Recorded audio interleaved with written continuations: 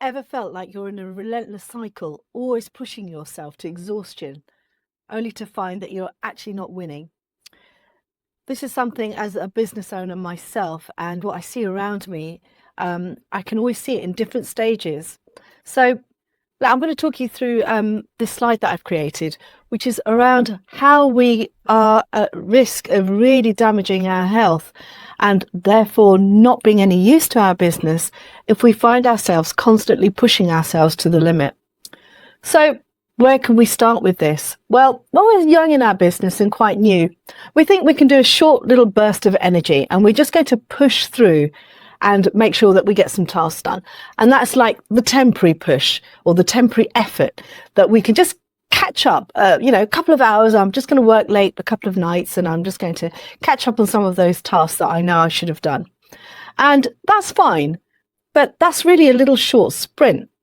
And the danger is that before we know it, we've turned that short sprint into a bit of a marathon and we start pushing ourselves beyond our limits. Now, all of a sudden, we're finding ourselves working longer hours, not making sure that we keep our boundaries to what we said we would have as our standards to ourselves. And we start to ignore those around us because we're constantly giving our best to our business. A conversation I had with somebody recently was around how this person had lots of challenges going on in their life. There was some ill health with family members, there were some issues with their children, and they were conscious that their business was very neglected and that they needed to put some effort into there. But hey, they wanted to make sure that their income was still going to be the same and that they are actually going to continue at the same level. And I asked this person to pause for a moment and think that if this business was a person and you still had a long list of commitments and responsibilities and duties in your personal life that were pulling you away from your business, which is now a person, would you still neglect your business? And the answer is no, you wouldn't. Because we can only expect to get something out of our businesses when we're prepared to put something in. And that's quite a lot. But how do we make sure that we don't actually end up neglecting ourselves in the process of maintaining our business? Because eventually it doesn't serve us well to find ourselves working really long hours that start to lose our productivity. Have you ever noticed that the busiest of people are the ones that seem to get so much done? They had the same 24 hours in a day, the same 7 days in a week, the same 30 or 31 days in a month. So how do they do that? It's by managing your energy so that when you're in your zone, you are not dragging out that task, which then ends up being endless long hours way into the night just because you're catching up. So it's really important to understand the difference between maybe making a small sacrifice to make sure that you're getting your work done and actually finding that you've become a slave. Most of us start our businesses because we want freedom from our businesses, and instead we end up becoming a slave to our business. And that's not what this game is about. So what will happen if we start finding ourselves doing longer and longer hours? Well, of course, inevitably, we're going to end up with exhaustion and, worse still, burnout. This is something that is not to be taken lightly, and the process of healing and recovering from this can be such a long journey, and inevitably, of course, is going to impact our businesses. So it's really important to recognize that if you find yourself behaving slightly out of character, no longer enjoying the things that you previously enjoyed doing, withdrawing and internalizing what you're actually facing and not actually looking for help and asking for that help, you're going to find yourself in a downward spiral that's going to have a big impact on you. And so it's really important to recognize that what are some of those things how does exhaustion and burnout play out? What can that look like? It can end up being mental fatigue. You could be really, really good at so many different things mentally, but suddenly there's this sludge and a drudge and it's just not moving the way you normally would do. And that's just mental fatigue. It doesn't reflect on your ability. It's just that you've pushed yourself so far that now it's starting to catch up with you mentally.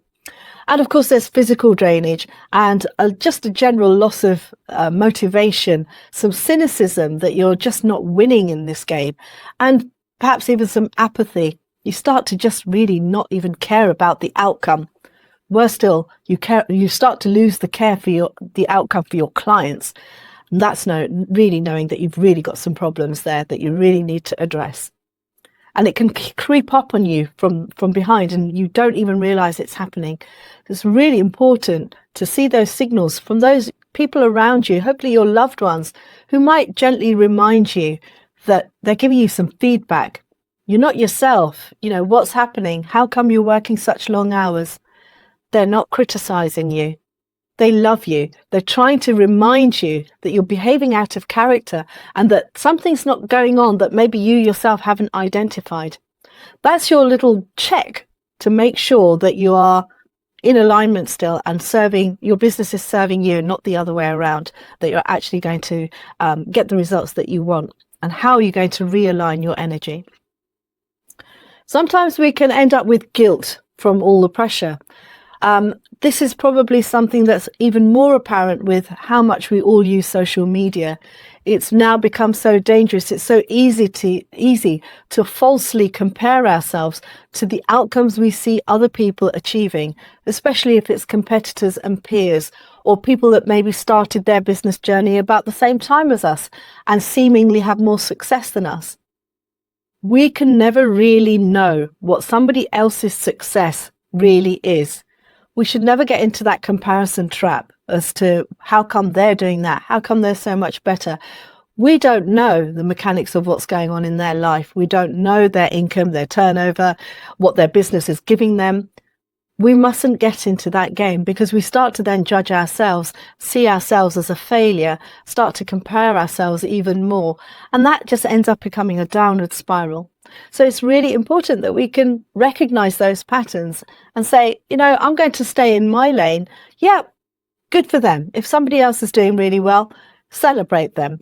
Celebrate them as a business owner that they've achieved something. Use that as your own inspiration to help you grow, and use that as a motivator so that you can actually take stock of your business and say, yeah, you know what, I think I can give that a go, and I'm going to really try and realign some of the things I'm doing, and take some of those good ideas and see how you can apply them to your own business. And so we want to really break this cycle. So what are some of the things that I do? Well, I'll give you one very easy example. Today, just before I recorded this video, a potential client meeting came up where it needed to happen at a certain time of the day, and I was actually booked to go to the gym. So what did I do? Old me would have cancelled the gym and serviced this potential client and had the meeting. But new me, that has learned with years in business that that's okay. I can manage my diary. Yes, I can do the appointment, which has already been done, but I'll go to the gym later in the day. I've just switched my day around.